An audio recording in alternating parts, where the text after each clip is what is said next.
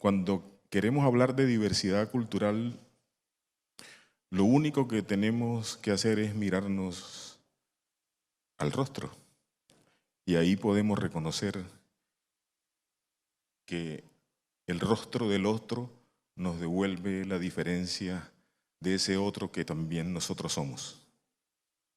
Es en ese contexto en donde desde hace 2 décadas desarrollo investigación en comunicación y investigación cultural en la Universidad San Ignacio de Loyola en Lima, Perú. Y desde esa institución hemos empezado a desarrollar proyectos culturales para el fortalecimiento de la función de que la comunicación digital esté al servicio de los procesos sociales. Ese es un grito que surgió en este evento. Por un lado, hay una tensión entre la tradición y el patrimonio inmaterial, y por el otro lado, hay una necesidad y una demanda de dominio, de presencia escénica en las redes sociales. Pero sería un craso error intentar que nuestros portadores de la tradición, adultos mayores, estén interesados en todas las tecnologías y todas las saberes haceres, cuando lo que podemos hacer es una sinergia entre los portadores de la tradición y las nuevas generaciones que puedan ayudar a visibilizar en ese espacio de la red el patrimonio. El Carnaval de Barranquilla, cuando fue declarado obra maestra del patrimonio oral e intangible de la humanidad, inauguraba un momento de quiebre en la representación del imaginario de cómo la cultura popular aportaba valor simbólico y valor espiritual a la vida social de Barranquilla, del departamento del Atlántico y de la región.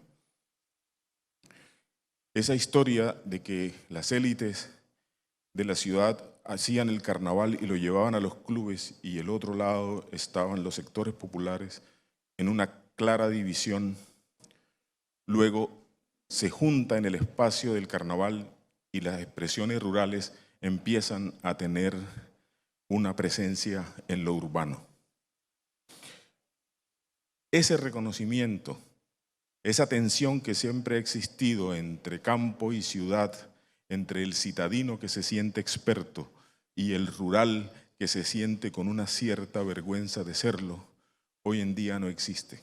Lo hemos visto todos estos días de esta jornada, cuando los jóvenes que vienen de los municipios trayendo el saber de sus ancestros, lo colocan en escena con el orgullo y el reconocimiento de que son portadores de una tradición que los hace distintos, que los hace reconocidos, que los hace reconocibles, que les fortalece su identidad como sujetos, su noción de sujetos culturales, que además pelean por los derechos culturales. Y yo les decía que en la declaratoria del Carnaval de Barranquilla hubo un quiebre porque fue la primera vez que se habló de recursos financieros para los grupos folclóricos de manera explícita. A las danzas tradicionales, curiosamente en ese entonces, Diana Costa, secretaria de Cultura, entregó recursos financieros en reconocimiento a las danzas con las cuales se armó el dossier para que fuese declarado el Carnaval de Barranquilla Patrimonio Cultural de la Humanidad. Y entonces empieza un proceso de reconocimiento de que siempre se nos ha dicho, se nos celebra con el aplauso, pero resulta que el trabajo cultural, si le quitamos lo cultural, es el trabajo. Y ese trabajo tiene que ser valorado, tiene que ser reconocido, porque ofrece al conjunto de la sociedad un servicio intangible, que es el de lograr que seamos más humanos, que en un país tan violento como Colombia seamos menos violentos. Hoy estamos a las puertas de empezar un proceso de pospandemia y esta mañana el director de la Organización Mundial de la Salud acaba de proclamar un documento guía para convocar a los gobiernos a mirar cómo prestar atención a la salud mental. Y resulta que la cultura y los trabajadores de la cultura son actores esenciales en tramitar un nivel de plenitud social, un nivel de plenitud humano, y precisamente por ese servicio público de ofrecerle al conjunto de la sociedad oportunidades de disfrute del patrimonio, de la tradición, de momentos de alegría, ese contacto que no se logra por las pantallas de la red ni las pantallas de los medios masivos de comunicación. Esa sensación se logra cuando estamos en el momento preciso de poder compartir la alegría que nos transmiten, y este evento es prueba de ello. Ayer el auditorio se dividió en 3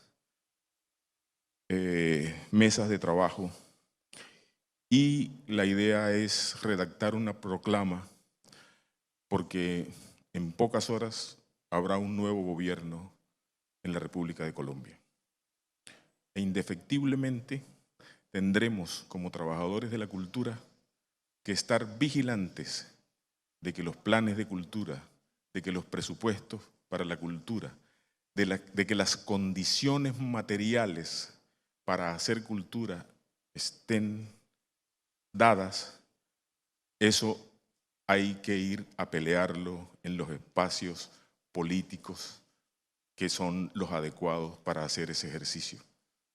Cuando Colombia hizo la constituyente, en ese mismo año, los pueblos guatemaltecos hacían también una modificación a su constitución. Y en la constitución de ellos decía: los pueblos originarios tendrán acceso a la cultura. Y los líderes indígenas hicieron un pequeño giro lingüístico y dijeron: los pueblos indígenas tendrán derecho al acceso de las condiciones materiales para desarrollar su cultura. Esos pequeños giros lingüísticos dieron como resultado procesos que, si no se hubiesen dado esos giros lingüísticos, hoy no serían una realidad. Muchas veces, cuando venimos a estos eventos, al final, si nos dividimos entre, como diría Humberto Eco, entre eufóricos y disfóricos, algunos dirían: ahí no pasó nada, nos reunimos, hicimos unas reuniones y se habló de un montón de ideas. Pues yo les quiero decir que no es así.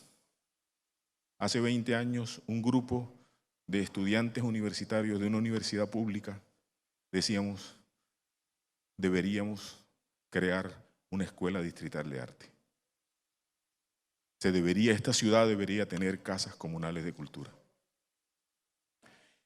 Y eso no se hace y no se vuelve realidad si no se nombra, si no se menciona, si no se construye como un imaginario. Y la felicidad que a mí me da cuando veo que los grupos folclóricos, que jóvenes creadores, que cada generación tiene que hacer su tarea.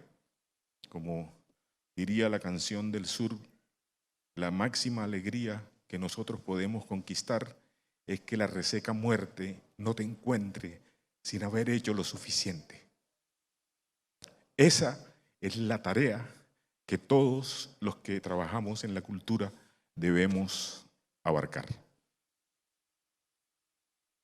Para realizar este ejercicio de ayer, yo convoqué la voz de dos filósofos que nos ayudaran a detonar la reflexión sobre la cultura.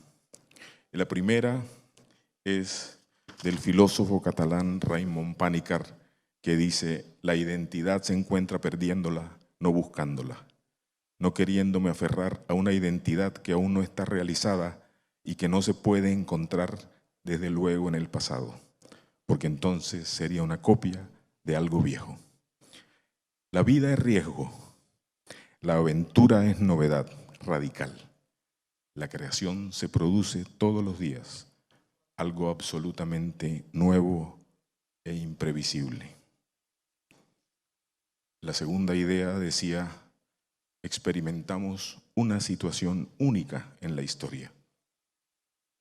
Hemos pasado de la práctica moderna, en donde unos pocos autores se dirigían a un gran público, a un tiempo en donde una enorme cantidad de creadores vuelcan sus productos en las plataformas digitales para un público incapaz de consumir toda esa información. Esta cita es del filósofo Boris Groys. Con esas dos ideas, y luego de haber sesionado en 3 mesas de trabajo, el resultado es un documento, una proclama que será presentado al nuevo gobierno y que nosotros tendríamos que hacer nuestra como discurso, como palabra que se nombra, como imaginario que se sueña, como futuro posible al que hay que apostar. Muchas gracias.